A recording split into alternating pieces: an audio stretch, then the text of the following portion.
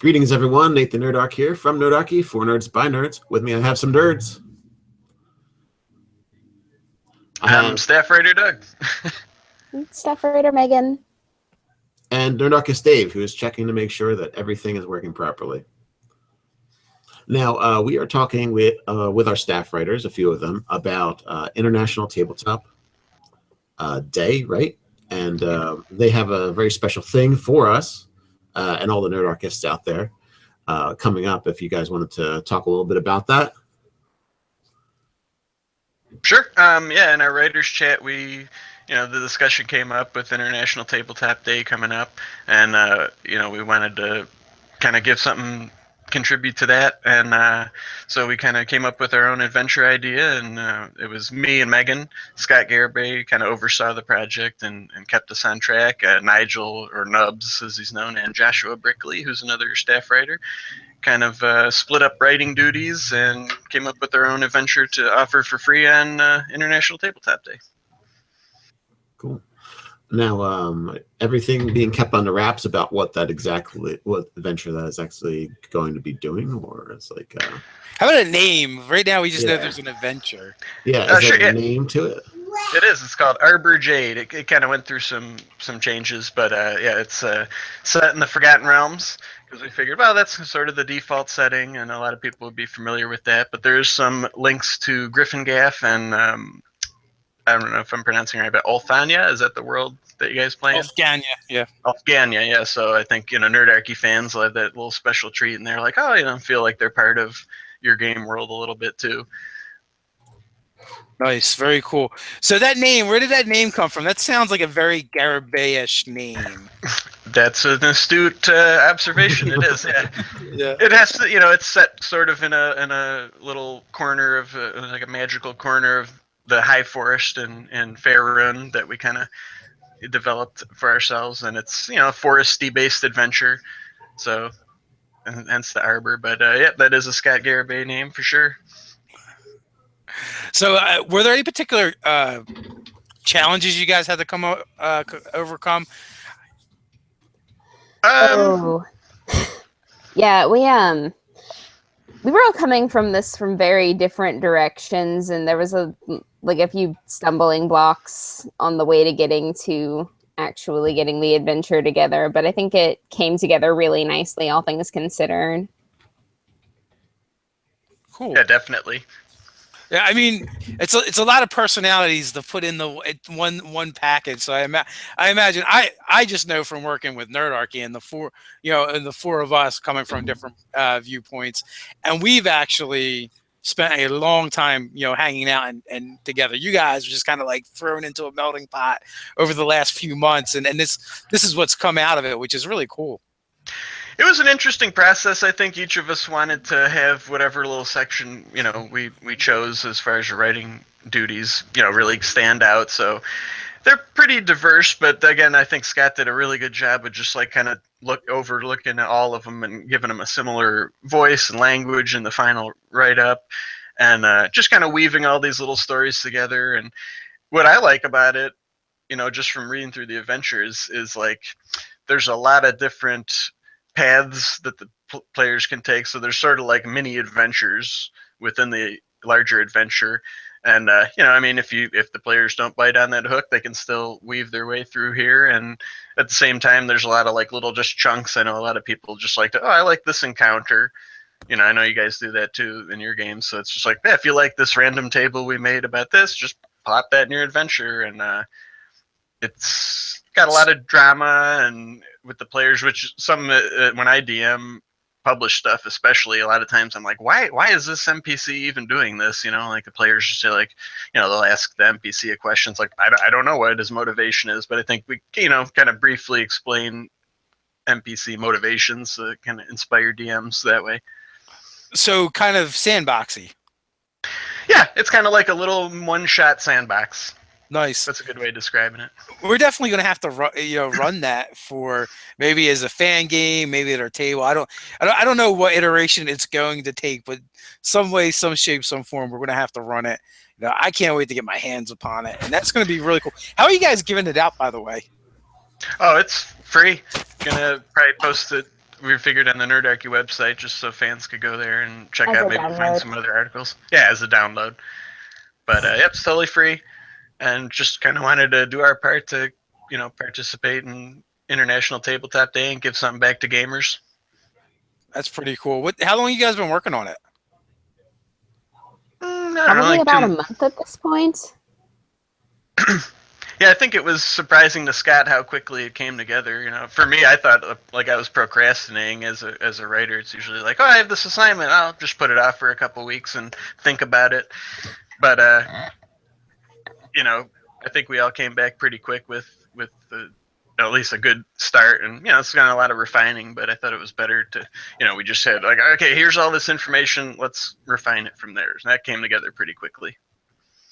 So maybe, I don't know if I missed this or not, or if I'm thinking of previous conversations. Happens all the time. I'm getting old. How many players is the adventure for, and what levels is it geared towards? It is geared toward level 8, and I believe 4 players, but I could be wrong on that. Let me check. Okay. Yeah, it's ideally for 4, but we also kind of put some little notes in there here and there, like, oh, if you have more players, or if you want to make this, if your players are doing really good, here's a way you can, make this battle a little more challenging or a little less challenging. It's 4. Yeah. I'm laughing because Nate is giving our intern Kyle a hard time in the chat. Poor Kyle, he cannot escape us. He's gonna rue the day. Hey, we pay you in waters. Stuff for us. And the occasional cheesesteak. Yes. It's got some new magic items that we came up with as rewards for players. There's a skill challenge in there for any 4th edition holdovers that we kind of worked into one of the encounters that I think will be fun for people. Yeah, actually, when you were telling me about that, I'm pretty excited about that. Matt Colville has done some really great videos on skill challenges, and I don't know if you've checked them out. Oh yeah. And that was one of the peak components from 4th edition I really enjoyed.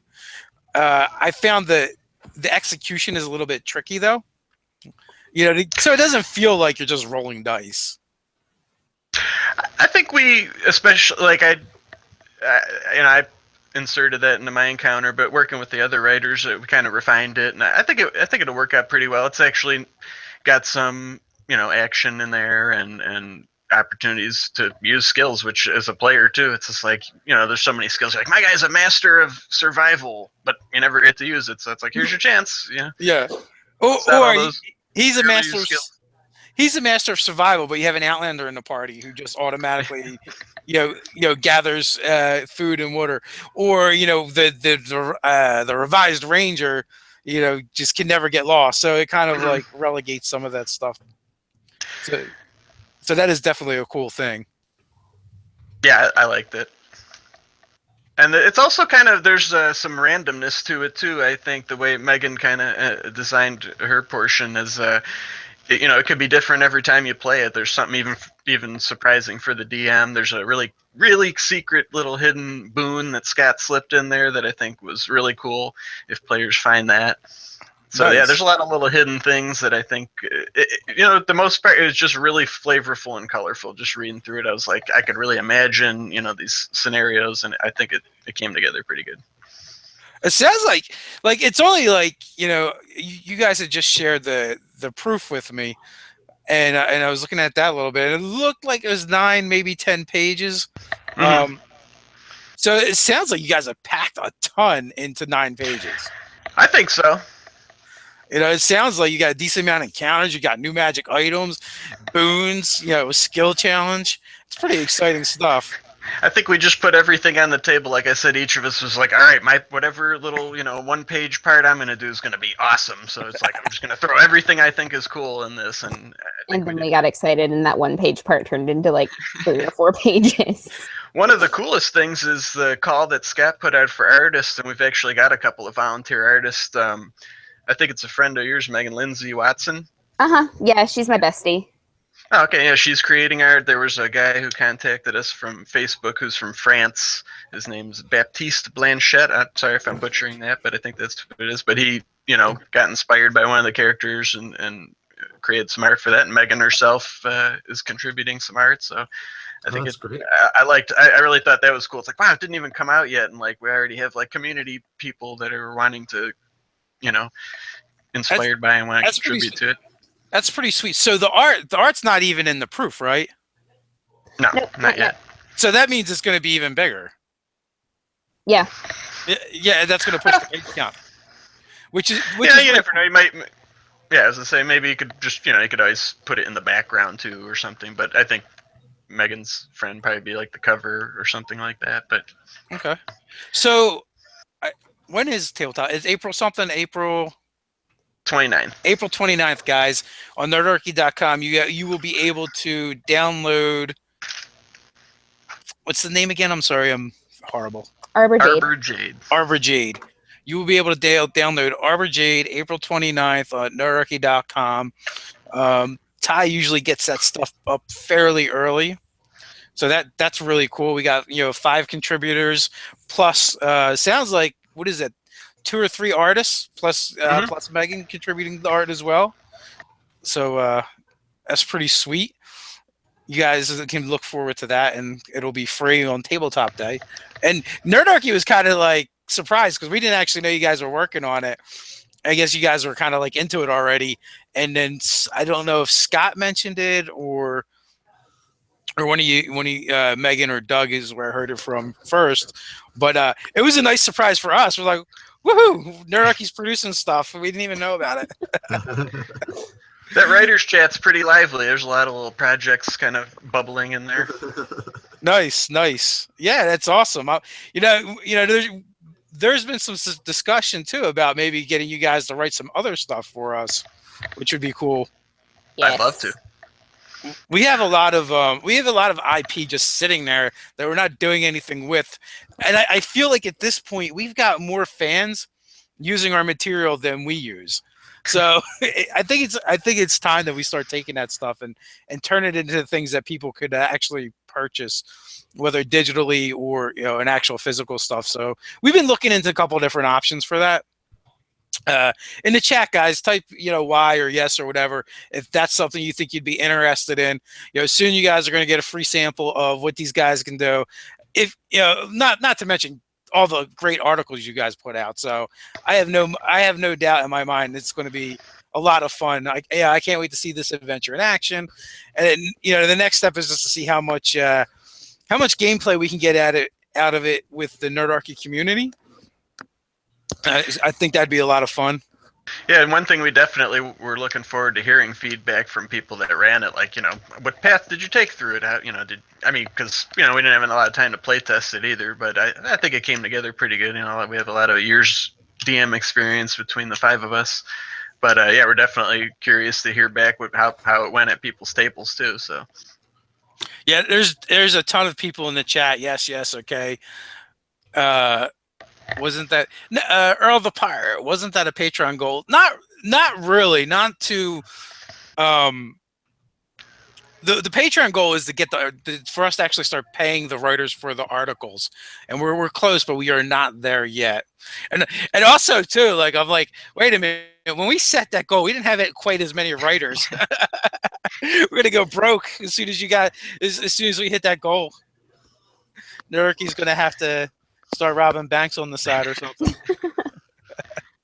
Which, it's awesome, the community that's growing over there. And Professor Bill was on the live chat with us yesterday, and he's written from us before, but it looks like he's going to be writing more regularly.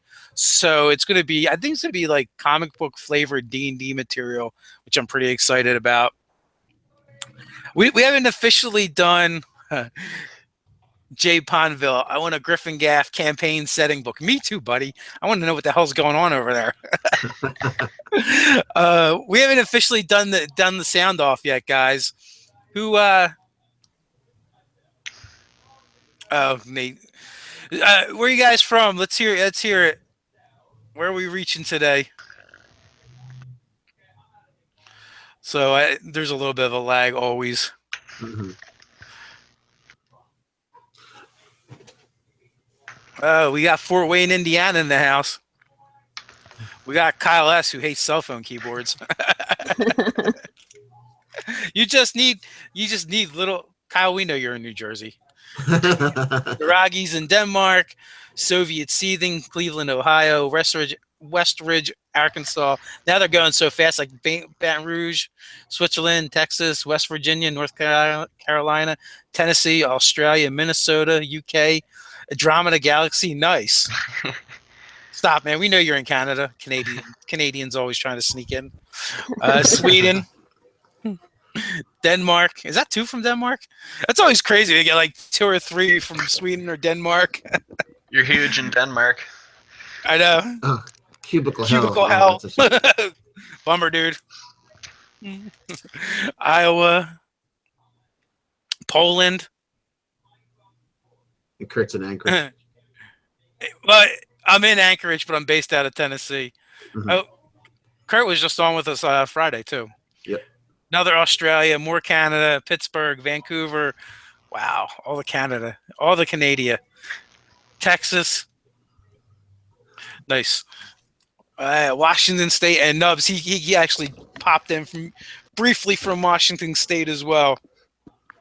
He's on the team for our Brigade. Yes, he is. Yeah, I actually reached out to him to see if I could get him on here, but I actually thought he worked for the longest time. He was working overnights, and now he's on days, I guess. He's like, maybe for my lunch break, but I'm like, I don't think that's going to work, buddy, unless you're going to take lunch at like 9 o'clock in the morning. Upstate New York, you're not too far from us, depending how far upstate you are. 4 or 5 hours, maybe 6. So, when are you guys going to start writing another adventure? We already started talking about that. You know, there's a few people that, people on this team want to do other stuff, and other writers are interested. So, yeah, we would love to keep creating content for the fans. Also, Nigel's already got something World of Darkness brewing. Cool. Yes, he was talking about wanting to run a World of Darkness game as well. So we'll see where that goes if we can figure something out. Wisconsin in the house. Virginia. Oh, do you happen to know about how long you think the adventure would take, like on average? Like, is it 3 to 4 hours? Is it a 10-hour adventure? I mean, it really is going to depend on what the players do. This is one of those situations where they could probably like have it done inside 30 minutes, maybe, but they could also take like hours. So, but isn't that always just the case? I think you could reasonably finish it, in a typical one session, 4 to 5 hours. I think if you, didn't dilly-dally too much, but yeah, I think it's reasonable to assume that it's more or less a one shot. Wouldn't you say, Megan? Yeah, I mean, it's definitely a one shot. What I like is there's so much flavor and just little details that each of us threw in here and there that it's like you could really just run off in that direction though if you wanted to keep playing or finish the critical path of the adventure, and maybe you want to go explore the town that we threw in there, or go back and talk to this or that NPC. I think it could really be a springboard for people's imagination. It is for me. That always is the case, in the thing about running games is you just never know what people are going to do. Like I've ran the same adventure, Maze of Mandoon, like 4 or 5 times now, and it's varied so much. I literally had one group run through it in half the time as anybody else because they just ran away from everything. Mm-hmm. If you anticipate a million things the players might do, they will every time do the millionth and first thing. It's like, just doesn't matter. They're going to do something you didn't think of. So, yes, as the DM, you must come with your cup empty. Yep. Well, because it's the player's story. I mean, the story doesn't really get written until after the session. It's like you can have a narrative, but it's like they're going to do different stuff, and they might not be interested in that and want their characters to do something else. So. Kurt says we should run Arbor Jade at a con. We should run it at a Nerdarchy con someday. That's actually one of our goals, is have our own convention. Oh, that'd be awesome. Yeah, I think that would be fun. I don't know how far in the future. And we keep threatening the Nerdarchy. Now, I think we can make that one happen maybe this summer. I think we have enough people local finally, and And even some of you guys are within driving distance. Yeah, Like- I'd drive out for that. For like for a weekend thing or something. That would be pretty cool. Nerdarchy corporate meeting. Woohoo! Yeah, I get a retreat. Yeah. There's quite actually one of the other cool things I thought that we all just kind of gravitated towards was like a lot of the Volo's guide stuff and some Unearthed Arcana, because it's just as fans of D&D, we're like, I wanna see this stuff. I want to know how the this or that new pact plays, or this monster looks cool from Volo's guide that inspired us. I like there's a lot of the newer, fresher stuff in there too. So who is in charge of the legal department? Is Nerdarchy going to get sued? I actually crossed my mind the other day, and I looked through the SRD and stuff, and I was like, nah, I don't think we didn't use any of the proprietary monsters or terms that they lay out in there, so I think we're safe there. Nice. And it's free, so we're not making any money off it. Yeah, although with copyright stuff, it doesn't actually it doesn't actually matter if you're making money or not. Yeah, it's like being a drug dealer that gives away drugs for free. It's still illegal.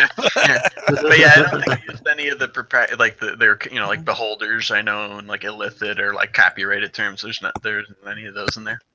Yeah, the worst case scenario had it been, had there been any of that stuff in there, we could have just released it on the DMs Guild. Mm-hmm. And then you can get away with it. You just can't put it anywhere else. Yeah. Hmm. So that would have been the workaround.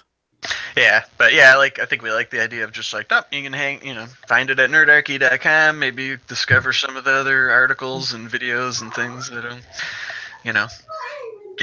get you hooked on the part of the community. Kurt, limited liability. Yeah, we might have to run it by you, Kurt. Kurt is actually an attorney. Kurt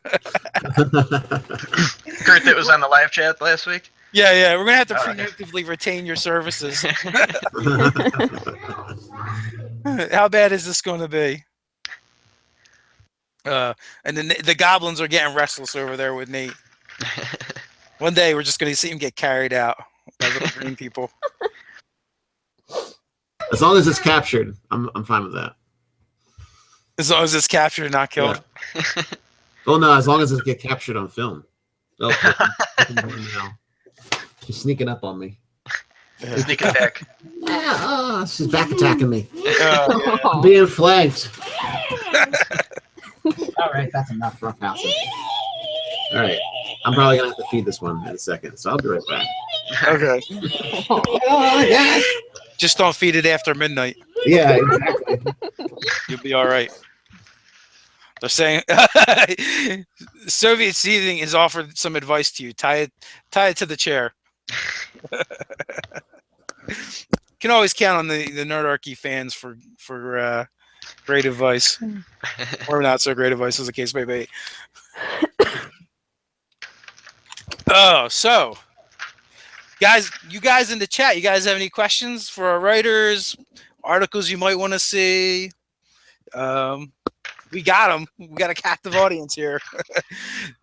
They're too busy with how Nate should handle his children. As I say, I'd love to hear what some of the viewers might think. What's a good article that they'd like to see in the future. I'm always looking for new ideas for that.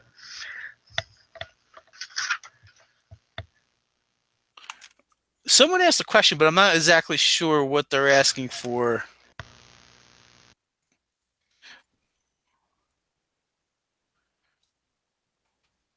You guys have a favorite article that you guys have written? I kind of liked the one about that from last week that I read. Just that the only rule that you should follow is that everybody has fun at the table, because really that's what it all comes down to for me for tabletop gaming. That's the only non-optional rule. The only non-optional rule? Nice. Yeah, just have fun. I barely even crack the book open. I change stuff all the time, or as players. I guess it's a player trust thing, but if they trust you to have a good time, then just roll with it, man. So we have a question. Griffin Gaff, is there a breakdown of the world or region? Yes, and it's in our minds, and each one of us breaks it down differently. that is one of the things that we keep saying we're going to do is just sit down and figure out just the general geography. Like, so Griffin Gaff is kind of based the Oathganya world campaign right now is based around Griffin Gaff, and we know we have Crathan Gulch off to one side, we have Karshapatha off to another, one being the Dwarven realm and the other being the Elven realm.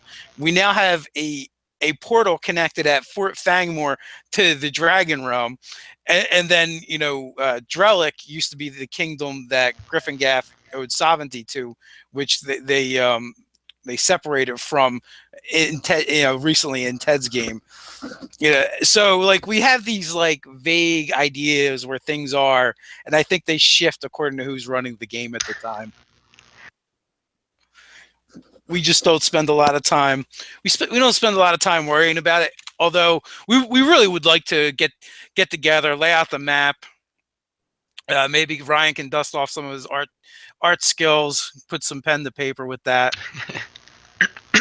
and then just have a more concise. Because even like our Griffin Gaff campaign is like an amalgamation of a bunch of games we've run over the past 20 years or so, but Ulfganya was our like most flushed out world, so we've kind of been like stealing a lot of bits from that we've really enjoyed. We actually submitted that in 3rd edition when Wizards of the Coast held the competition that actually Keith Baker won, that created Ebron.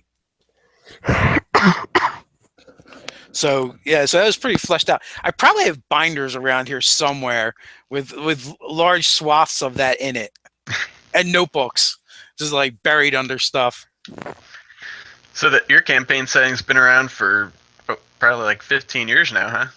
Yeah, that one has been. We just and I guess when we started the last couple years, we kind of like scrapped it, but then slowly like cherry picking it and stealing stuff from it and coming up with ideas. I know Nerdarchy Ryan really wants to run a Fausthaven game, which is going to be a little grittier, a little bit darker. We got Tales from the Broken Shield at Doug. True, as long as you have fun, I think there should be a golden rule at every table. Yeah, absolutely. Why bother if it's a game? If you're playing it, why bother if you're not having fun? Cavi Tico, sounds like a job for a scribe. Collect the resources and cobble together a brief history of the world, part 1. Literally, like I feel like we've done so much on videos that it's all out there. We just need to like pull it together. I was just what was I? Oh, the Ranger Danger video that just went up, I think this morning. We referenced a. What did we reference? We referenced the previous video where we, Fast and Dirty create a monster. We called them. We weren't sure what we were calling them. Borks, pig people, boarmen. But I was like, you know what? We really should do something with those guys and then bring them back and like flesh them out and give them some history in the world. And we just have a bunch of stuff that's like that. Thanks, Soviet Seething. Monster BFFs were great. Yeah, they're a lot of fun. We enjoy those. I think we need to do more of them. We have so many different series that we do. Yeah. What's Kurt talking about over here? You could always resurrect the ecology of concept for SRD monsters. Haven't gotten enough love, especially with Monster BFFs.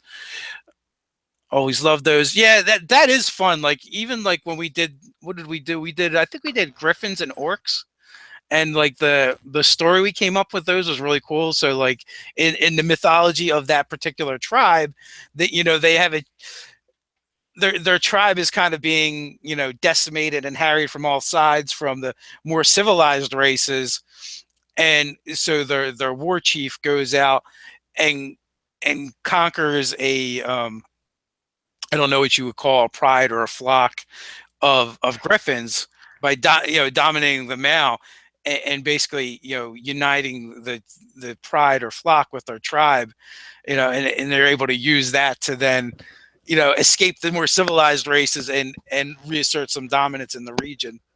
So there's definitely like fun things like that. From that we can make this story for this mythological orc character that is, it's a little bit different than everything else that's out there. We can call it a plaque. Kind of mash the two together. There you go. That's probably one of the most difficult things as a DM is just like, you have all these ideas like, yeah, we could have these orcs working with the griffins and all that, and then your players just never go to that part. It's like, oh man, I have so much material that they never get to experience because they just didn't care about going down that path. So John Schultz, do you ever list or discuss Kickstarters or Indiegogo campaigns? That's it.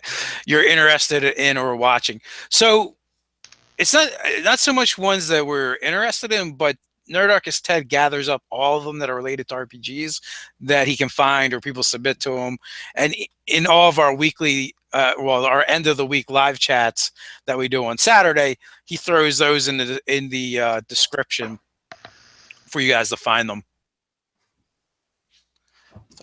The trouble of the chat is like they start talking themselves so much. Griffins equal eagles, so what is a flock of eagles called? Good question, but that doesn't really answer our question. You've answered our question with a question. So someone will have to Google that. Someone wants a Master Blaster Monster BFF. Ogre with a Goblin Wizard ride, and that's Nicolaj L.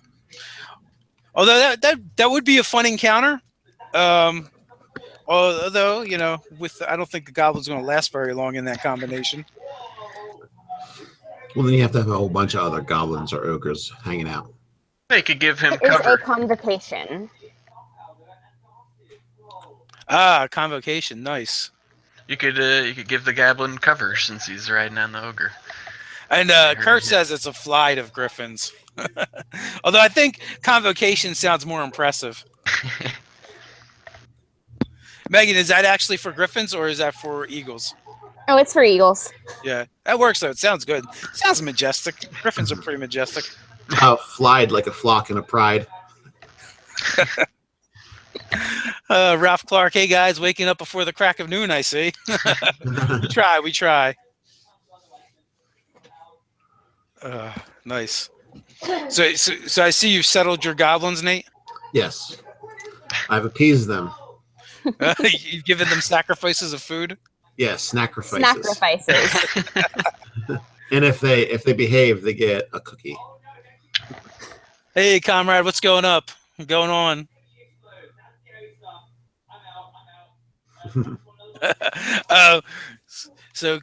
Cavi Tico, to be fair, the gelatinous cube doesn't last long in the gelatinous cube clay golem monster BFF. Did you actually use it? We have all these great monster BFFs that we hardly ever use. I finally used. That's why you should use 4. 4 gelatinous cubes, right? A whole bowl of gelatinous jigglers. And they just look like little puddles decoratively around the room, but then the clay golem will shove you in one. And it's really a 10-foot pit that's full of gelatinous cube. Whew. I'm actually seeing. Oh, nice!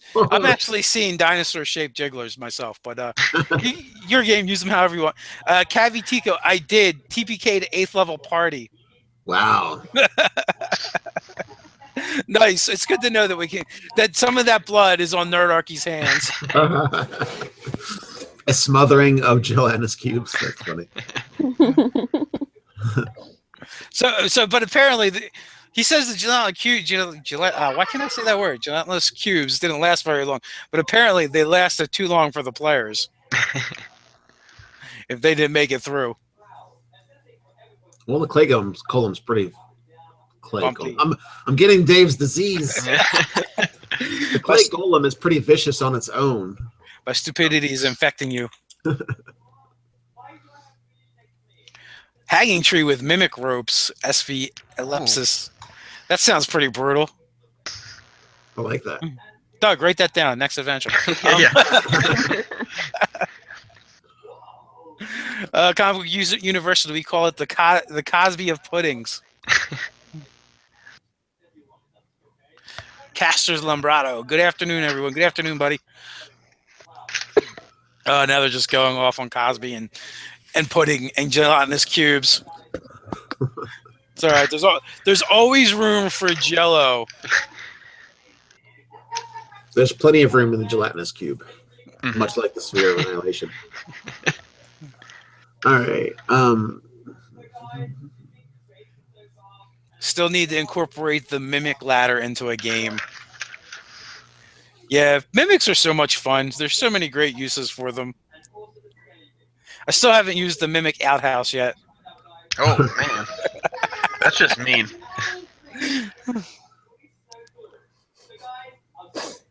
You know, nobody ever goes to the bathroom in a D&D campaign. The second you put an outhouse there, everybody is going to be really sussed out.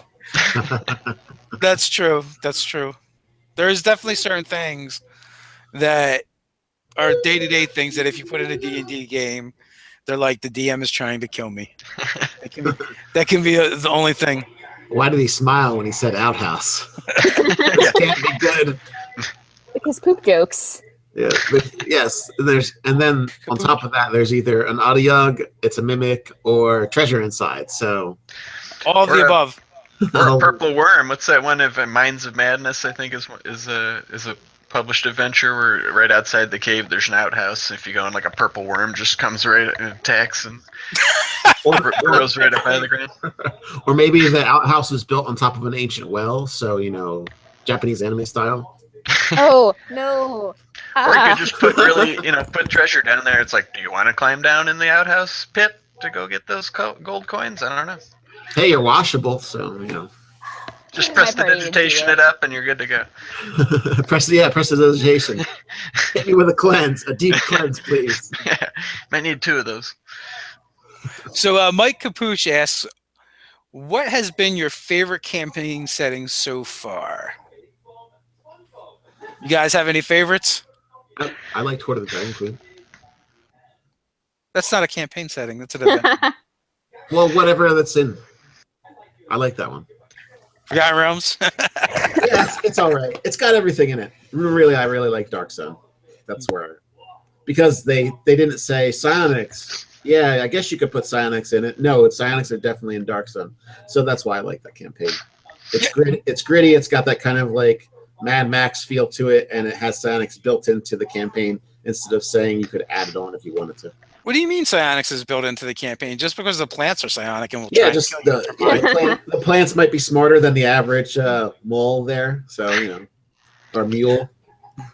I would move and live in Shadowrun if I could. Shadowrun's cool. Well, that's a tough question. I don't really run published stuff, but my current campaign's Spelljammer-esque, so I'll say that for now because I like fantasy and space. That's been cool, fun time so far. Yeah, space.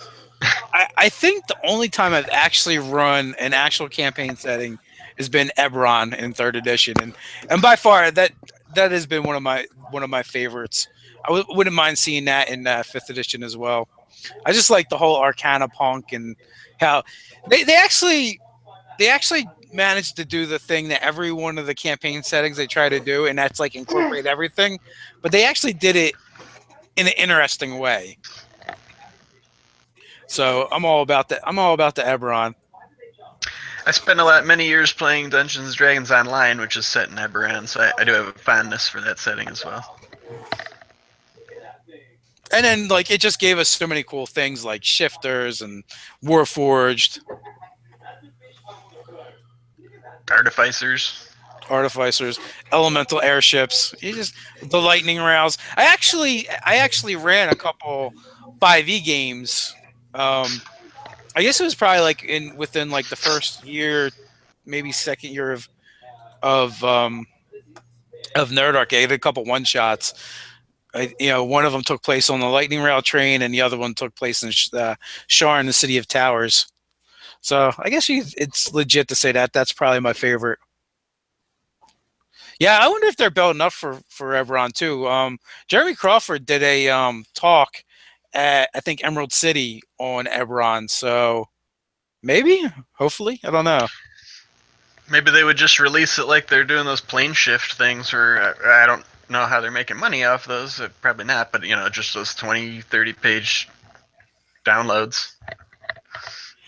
When I have Keith Baker on next week, I'll have to pump him for information and see if he's heard anything. Hopefully, if they do decide to do some Eberron stuff, they'll bring him back in on it. That's a pretty cool interview to land for sure. Guess. Yeah.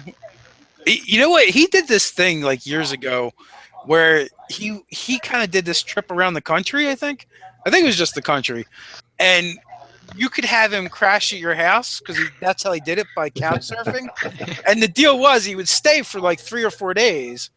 And like, so you had to like, but there's this whole thing, like you had to share something from around where you lived with him, like a place, experience kind of thing.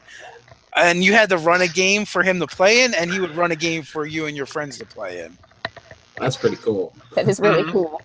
Yeah. So I'm definitely going to have to ask him about that and how that went, and express how happy I am that he didn't get axe murdered.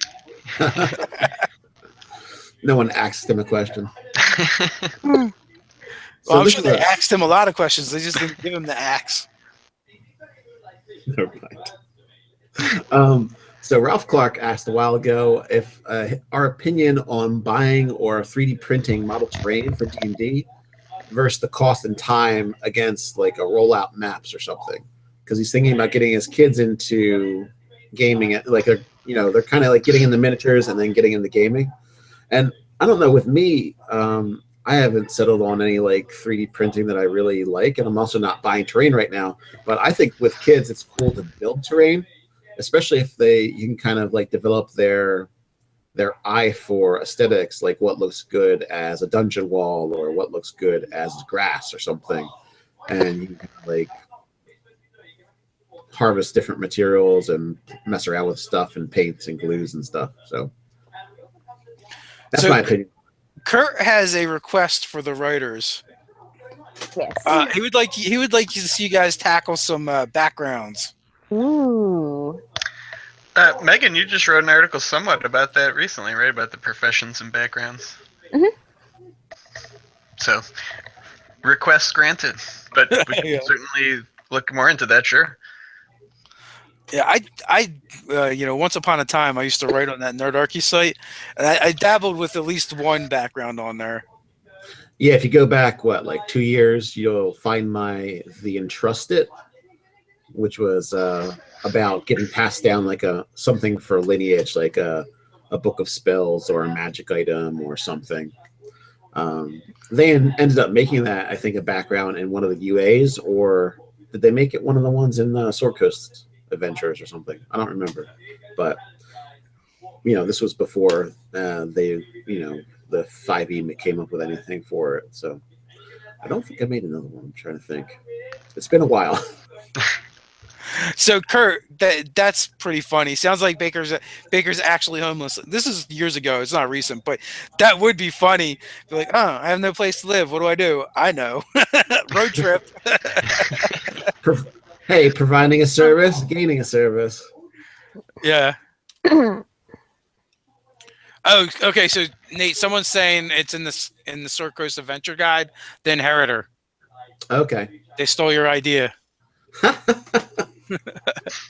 Curse you, Wizards of the Coast, or Green Ronin, who published this. Hey, it was just a good idea, so I just assumed they'd get around to it sometime. I was just hoping mine wasn't ridiculous, overpowered, and I don't think it was. It probably was. It was not. Like, it instantly gave people psionics, and it was totally legit. You got a house plant that could kill people. Yeah, it's actually a sorcerer. It just had a wild magic surge, and it never wore off. You could equip it in a special hat, and it could just zap things like your power tower. Boom, boom. That's funny. Oh no, we're petering out here. We're dying. Oh, Lindsay Watson's in the chat. Oh. Who's in the chat? Lindsay Watson, the artist. Oh, great. Well, if she was trying to keep a secret identity, that's blown. Sorry, Lindsay. You've been at it. We know who you are. And Thanks for doing artwork. That's really cool. I can't wait to see it. it is very cool. And I can guess at the general region she lives in. Unless it's a Facebook friend, then she could be anywhere in the world. So one of the guys I want to reach out to and get on here is Dyson Logos. Are you any of you guys familiar with him? He does really awesome maps, and you can find him on Facebook. And it's just it's just a regular Facebook page that he has, like his personal page, but he uses it for business.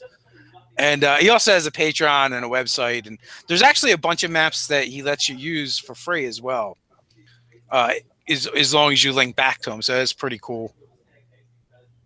So I think he would be fun to get on here. Also in the chat, guys, or just email us or whatever. If you have any ideas for people you would like to see us bring on that maybe we haven't thought of, that would be cool as well.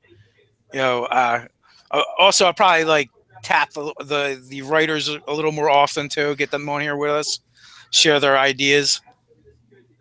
Trying to build the big tight Nerdarchy family. Big virtual hugs to everybody for helping out.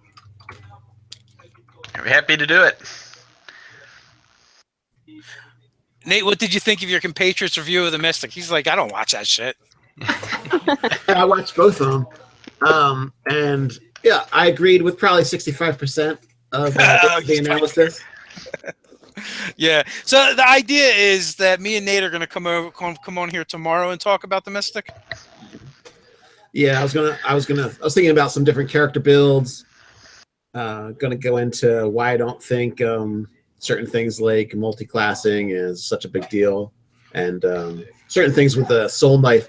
I think the soul knife was probably the hardest to fit in to the whole regular mystic class. So I think that was like the struggle, but I think they did a good job, especially when you look at the disciplines. But we can talk about that tomorrow. Yeah, we'll talk about it tomorrow. It got, like I said in the videos, it's got to go through the ringer one more time, I think. Yeah, that was a big document, a lot to digest. Yeah. I almost felt like we should have just broke it up into 3 videos because I felt like we were going too fast trying to get through, cover the material. Mm-hmm. And people seem to enjoy it. So, but we're always our own worst critics anyway. We always want to do better for you guys. It's also something I wouldn't mind playing in a game. Like I said, there's just not enough games going on. I hear that. But so how many games are you guys playing in? I just have my one sporadic campaign that just whenever people can get together and have some time to game, then we do that. They're all on a Spelljammer ship, so I kind of just play it like whoever shows up, that's the away team this week, and the rest of them are just, doing their duties aboard the ship. Nice. And now, is that an in-person game, or is that a online? Yeah. Nice. Yep, yeah, we meet up. But yeah, everybody's got kids and wives and jobs with different schedules, so it's not anything regular, but it's probably about at least once a month we get together. Cool. What about you, Megan? I know Megan's playing games because all I have to do is watch my my Facebook or Twitter feed on Saturdays. Yeah, I only do that for the Saturday game, but it's like that group cracks me up. We're working our way through Tyranny of Dragons right now. And it's one of those groups where they just really want the loot, and that's really all they want is the loot. And if they're disagreeing with me on something, I can just bribe them with platinum and they'll go with me on whatever I want to do. So it's a pretty sweet setup. So do you have like non-gamer friends on your Facebook? Because I could just imagine what they're thinking when their feed scrolls by on Saturday. Oh, I'm sure they unwatched me a long time ago. It's just like these random crazy gamer things that, like, if you're not a gamer, you're just not going to get it. But I find them pretty hilarious. So someone had asked about D&D Beyond. Ralph Clark. I've actually messed with it a little bit. So right now it's just a database of stuff. I do like the way it's sorted out. and it does things that are kind of like one of the things that I noticed looking at the magic items was the first thing to come up is the adamantine armors. Well, in the player's handbook it lists like one. Well, there it just lists them all. So maybe for a DM that's not not thinking outside of the guidelines, that's kind of nice where they go, oh, wait a minute, I can make a chain shirt or a ring mail or whatever. Mm-hmm. Of this. And so that's one of the things I just noticed. It's got all the monsters in there. I don't know if anything's missing. I didn't actually look to see if there was anything that's proprietary. Like I noticed that the aboleth was in there, but like I don't know if like the illithid or the mind flayer is in there or not. Have not delved that deeply. Durangi, I like the tag system, makes searching through spells, monsters, items a lot easier. Yeah, that part seems just at a glance looks like it's going to be quite useful. And also too, like I might use it more in my live games because I can have that up in a different window and I can use it to look things up pretty fast. The one thing it doesn't have, I wish there was a feature to randomize, where I could just randomly select stuff. And that's also like one of the things that I'm kind of annoyed with online. I would think someone would have built this, but I haven't seen it yet. And that's a random encounter table that really is random. They're all like this terrain for this level, which I hate. So I had to like do some weird math thing to come up with a random number to maybe give an encounter that could either be challenging or easy or deadly for my players. You want those third level characters to come upon a green dragon just hanging out, right? They can run away. That's why I tell my players all the time. It's like you don't have you can run away. Just go, get out of there. Well,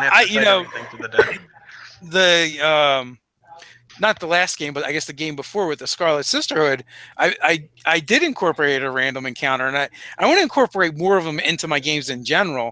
I just have to I'm going to have to either build my own random encounter tables, which, for the love of God, it's 2017. We have the internet. Why is someone not doing this for me?